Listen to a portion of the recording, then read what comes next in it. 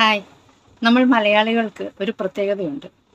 ഒരു മനുഷ്യനെക്കുറിച്ച് ഒരു നല്ല കാര്യം പറയില്ല. ആരുടെയെങ്കിലും എന്തെങ്കിലും തെറ്റ് കണ്ടെത്തിയാൽ അത് ഭയങ്കര സന്തോഷമാണ് നമുക്കത് പറഞ്ഞു വരുത്തുക. നമ്മൾ അറിഞ്ഞെന്ന് മാത്രമല്ല, ഒരു 10 പേരോട് അല്ലെങ്കിൽ ഒരു 100 പേരോട് അത് പറഞ്ഞു കഴിയുമ്പോൾ ഒരു സമാധാനമാണ്.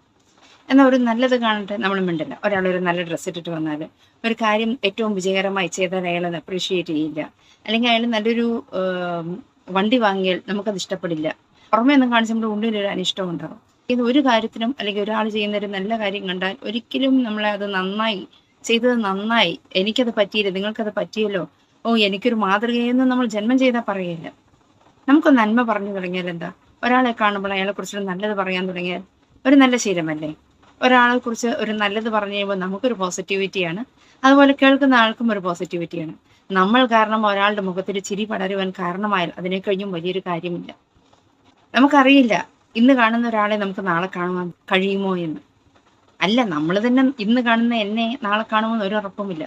അതുപോലെയാണ് നമ്മളുടെ ഓരോരുത്തരുടെയും കാര്യം. അതുകൊണ്ട് ഉള്ള സമയം നല്ലത് പറയുക. നമുക്ക് ആ ശീലം ഇപ്പോൾ തന്നെ തുടങ്ങാം. നല്ലത് പറഞ്ഞ് ശീലിക്കുക. എന്നെക്കുറിച്ച് നിങ്ങൾക്ക് എന്താണ് ഒരു നല്ലത് പറയാനുള്ളതെന്ന് കമന്റ് ചെയ്യുമല്ലോ. Thank you.